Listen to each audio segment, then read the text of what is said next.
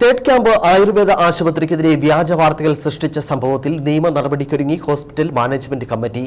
ആശുപത്രിയുടെ സൽപ്പേരിനെ കളങ്കം വരുത്തുക എന്ന ഉദ്ദേശത്തോടു കൂടിയും ആശുപത്രിയുടെ വികസന പ്രവർത്തനങ്ങൾക്ക് തടയിടുക എന്ന ലക്ഷ്യത്തോടെയുമാണ് വ്യാജ പ്രചരണങ്ങൾ നടത്തുന്നത് എന്ന് ഹോസ്പിറ്റൽ മാനേജ്മെന്റ് കമ്മിറ്റി രക്ഷാധികാരി എസ് മോഹനൻ പറഞ്ഞു. തേർഡ് ക്യാമ്പ് ആയുർവേദ ആശുപത്രി ഇന്ന് ജില്ലയിലെ രണ്ടാമത്തെ ഹോസ്പിറ്റലാണ്. എല്ലാ അടിസ്ഥാന സൗകര്യങ്ങളോടും കൂടി പഞ്ചായത്ത് എല്ലാവിധ സഹായവും ചെയ്തുകൊണ്ടിരിക്കുന്ന ഹോസ്പിറ്റലാണ്. പഞ്ചായത്ത് തിരിഞ്ഞു നോക്കുന്നില്ല എന്നുള്ള വാർത്തയാണ് ഈ കഴിഞ്ഞ ദിവസം ഈ ഹോസ്പിറ്റലിനെ സംബന്ധിച്ച് വന്നത്. ഈ ഭരണസമിതി വന്നതിന് ശേഷം ഇതിനു മുമ്പത്തെയും കൂടെ എടുത്ത് പരിശോധിക്കണം. ഈ ഭരണസമിതി വന്നതിന് ശേഷമാണ് ഈ ഹോസ്പിറ്റലിന് ആവശ്യത്തിനുള്ള മരുന്നിനുള്ള ഫണ്ട് വെച്ചത്. കഴിഞ്ഞ ഏതാനും കാലങ്ങളായി 3 ലക്ഷം രൂപ 5 ലക്ഷം രൂപയാണ് ഈ ഹോസ്പിറ്റലിന് ഫണ്ട് വെച്ചുകൊണ്ടിരുന്നത്. എന്നാൽ 2020 മുതൽ ഈ ഭരണസമിതി വന്നതിന് ശേഷം 15 ലക്ഷം രൂപ മുതൽ ഇപ്പോൾ ഈ പ്രാവശ്യം വെച്ചിരിക്കുന്ന 20 ലക്ഷം രൂപയാണ്.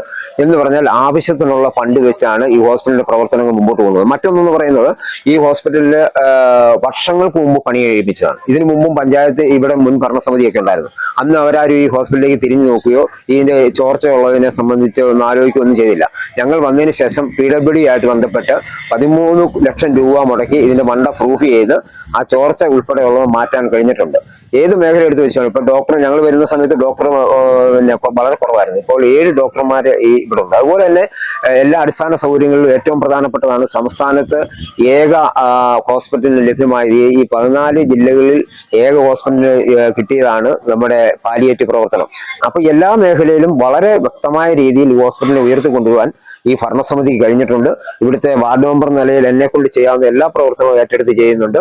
ഇപ്പോഴത്തെ ഈ ഭരണസമിതി വന്നതിന് ശേഷമാണ് ഈ ഹോസ്പിറ്റലിൽ ഇത്രയും ഉയർച്ച ഉണ്ടാക്കാൻ കഴിഞ്ഞത്.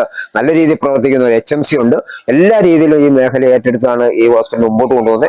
അടിസ്ഥാനരഹിതമായി അത് മാത്രമല്ല വളരെ മോശമായ വാർത്തകൾ സൃഷ്ടിക്കുന്നവർക്കെതിരെ നിയമ നടപടി സ്വീകരിക്കണമെന്നാണ് ഞങ്ങളിപ്പോൾ ആലോചിച്ചിരിക്കുന്നത്. കാരണം ഇത്തരത്തിൽ പ്രവർത്തിക്കുന്ന ഹോസ്പിറ്റലിനെ വളരെ മോശമാക്കി കാണിച്ചുകൊണ്ട് പ്രചാരണം നടത്തുന്നവർക്കെതിരെ ശക്തമായ നിലപാട് സ്വീകരിക്കുവാനും നടപടി സ്വീകരിക്കണം എന്നുള്ള രീതിയിലുള്ള തീരുമാനങ്ങൾ എടുത്താണ് ഇപ്പോൾ ഞങ്ങൾ മുമ്പോട്ട് പോകുന്നത്.